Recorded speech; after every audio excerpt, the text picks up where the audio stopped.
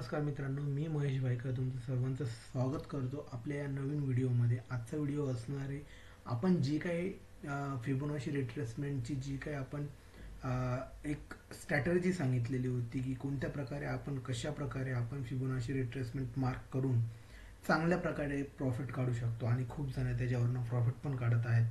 तुम्ही बघू शकता की आज आपण त्याचं एक व्ह्यू बघणार आहोत, जेणेकरून तुम्हाला अजून चांगलं या व्हिडिओमध्ये कळणार आहे.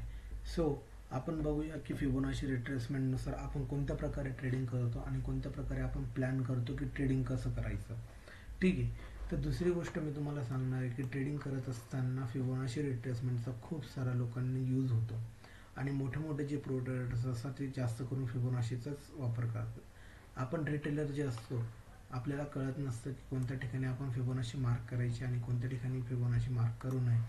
तुम्हाला तेच सांगणार आहे की कोणत्या ठिकाणी आपण फिबोनाची मार्क करू शकतो आणि कोणत्या ठिकाणी फिबोनाची मार्क करायची नाही. ओके. तर फिबोनाचीवर ट्रेड करायचं असेल तर फिबोनाचीवर ट्रेड, एक मिनिट जस्ट आपण हे रिमूव्ह करून घेऊया. ओके. फिबोनाचीवर जर ट्रेड करायचं असेल तर कोणत्या प्रकारे करायचं हे मी तुम्हाला सांगणार आहे आज.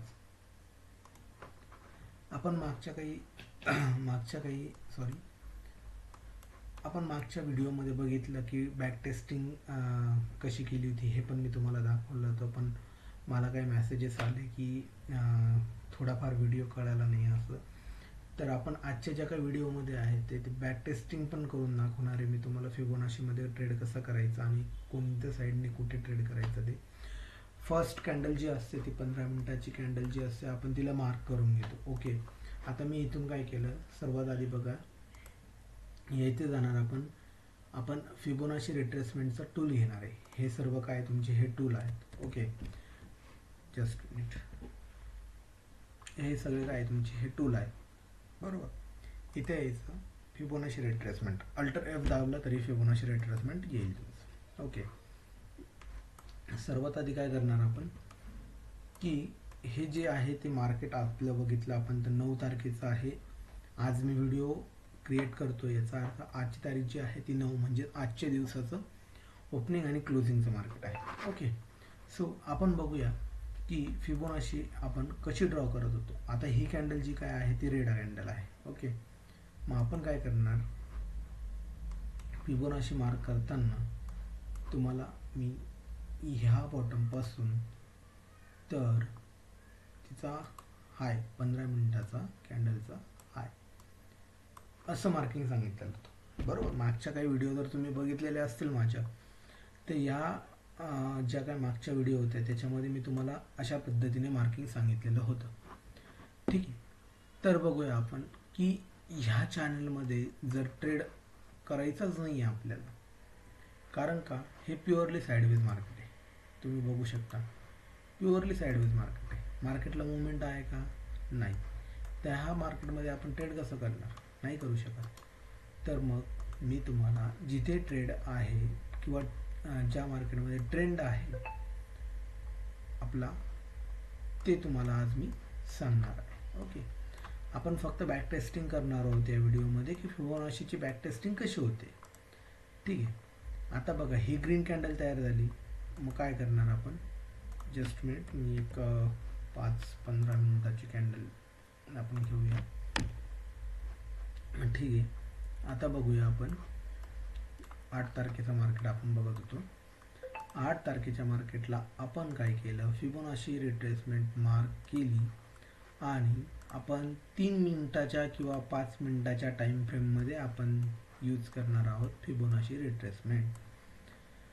तर तुम्ही बघू शकता की मी ज्या पद्धतीने तुम्हाला मागच्या ज्या काही लेवल्स सांगितलेल्या होत्या किंवा मागची जी काही फिबोनाचीची स्ट्रॅटर्जी सांगितली होती त्यानुसार एक्झॅक्टली मार्केटने वर्क केलेलं असतं, बरोबर. फिबोनाची रिट्रेसमेंट नुसारच मार्केट वर्क करणार. आपण मी तुम्हाला सांगितलं होतं की ह्या दोन ज्या लाईनी आहेत त्या ड्रॉ करायच्या. दुसरी गोष्ट, ही जी काही सेंटर असतो, बरोबर, हा गोल्डन झोन असतो. ह्या झोनपासून मार्केट रिव्हर्स होण्याचे चान्सेस असतात किंवा ब्रेकआउटचे चान्सेस असतात किंवा ब्रेकडाऊनचे चान्सेस असतात. ओके. जो काही ट्रेंड असेल तो रिव्हर्स होण्याचे चान्सेस या गोल्डन झोनपासून मार्केटमध्ये असतात. ठीक आहे. आता बघा तुम्ही, मार्केट इथे ओपन झालं इथे. ओके, फर्स्ट कॅन्डल बनली, आपण या ठिकाणी ट्रेड घेणार नाही.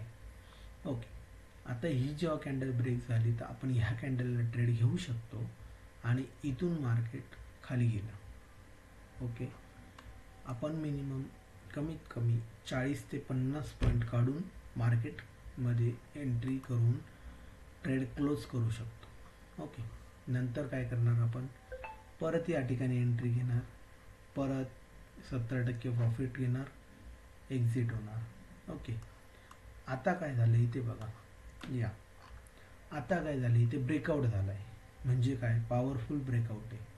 ओके, ह्या कॅन्डलने आपल्याला पॉवरफुल ब्रेकआउट दिलेला आहे, कोणत्या, गोल्डन झोनचा.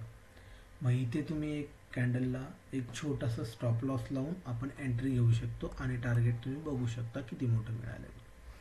ओके, तर आता बघा टार्गेट कसं घ्यायचं, की या लाईनपर्यंत घ्यायचं टार्गेट आपल्याला. ओके, किती, 1.6 पर्यंत आपण टार्गेट घेणार, नंतर तो कुठेही जाऊ. ओके, इथपर्यंत आपण टार्गेट घेणार. दुसरी गोष्ट, आपल्याला या ठिकाणी प्राइस ॲक्शन पण बघायचं आहे. इथे एक तुम्हाला यम पॅटर्न तयार झालेला दिसतो, बरोबर. त्यानंतर हे पण तुम्हाला सांगतो बघा, यम पॅटर्न म्हणजेच ह्या नेकलाईनच्या खाली जेव्हा आपली, आता इथे आपण एक फिबोनाचीची एक लाईन होती, बरोबर. एम पॅटर्नची इथे एक लाईन आली, त्या लाईनच्या खाली आपण सेल साईडला एंट्री घेऊ शकतो. ती कुठपर्यंत, आता ही पण लेवल ब्रेक झाली, पण आपलं टार्गेट असणार आहे इथून तर इथपर्यंत, हे बघा, इथून तर या लाईनपर्यंत. ओके, पण आता तुम्ही बघू शकता की मार्केट ह्या गोल्डन झोनपर्यंत आलेलं आहे. मग काय, मग तुम्ही इथे पण एंट्री घेऊ शकता. मी तुम्हाला काय सांगितलं, गोल्डन झोनपर्यंत मार्केट जेव्हा येईल तेव्हा रिव्हर्स होण्याचे चान्सेस जास्त असतात. ओके, बट आता तुम्ही बघू शकता इथे पण बघा, ज्या दिवशी मार्केट क्लोजिंग टाईमला आलं त्या दिवशी मार्केट वरती गेलं आहे. ओके, याच सिच्युएशनवर आणि फिबोनाचीवरच मी तुम्हाला BTST ट्रेड कसे घ्यायचे हे पण शिकवणार आहे आणि हे पण सांगणार आहे.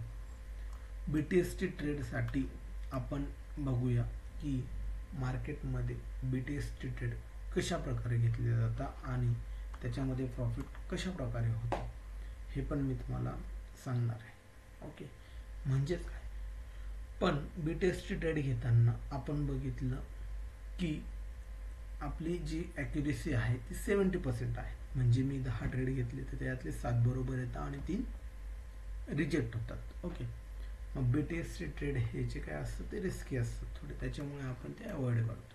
बट मी तुम्हाला ते स्ट्रॅटर्जी सांगेन, ठीक आहे. दुसरी गोष्ट, तुम्हाला इथून रिट्रेसमेंट मिळेल किंवा जर डाऊन साईडला मार्केट जर इथून ब्रेकआउट झालं तर तुम्हाला टार्गेट या लाईनपर्यंत घ्यायचं आहे.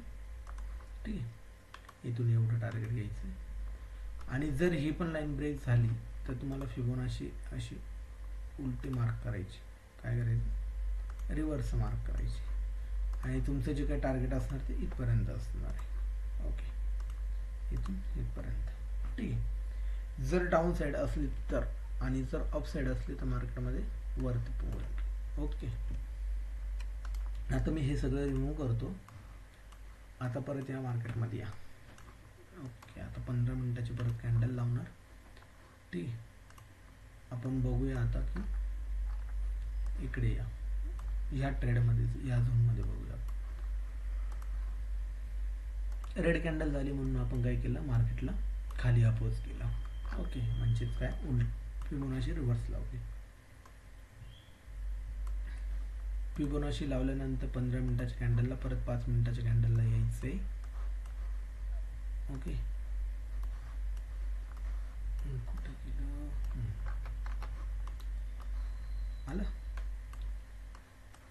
या कॅन्डलला जर आपण बघितलं, आता मी तुम्हाला काय सांगितलं होतं की 99% मार्केटचे चान्सेस असतात की तो रिव्हर्स होईल असं. ओके, आता इथून बघा तुम्ही, अप ट्रेंड सुरू झाला होता पण तो काय झाला, रिव्हर्स. ओके. आता हे तर मार्केटचं आधीचं झालेलं आहे. इथे तर मी मार्केटला सांगितलं नाही की माझ्या लाईनपर्यंत येऊन थांबायचं. ओके. पण मार्केट हे फिबोनाची रिट्रेसमेंटवर 100% चालतं. हे खूप जणांना माहीत नसतं.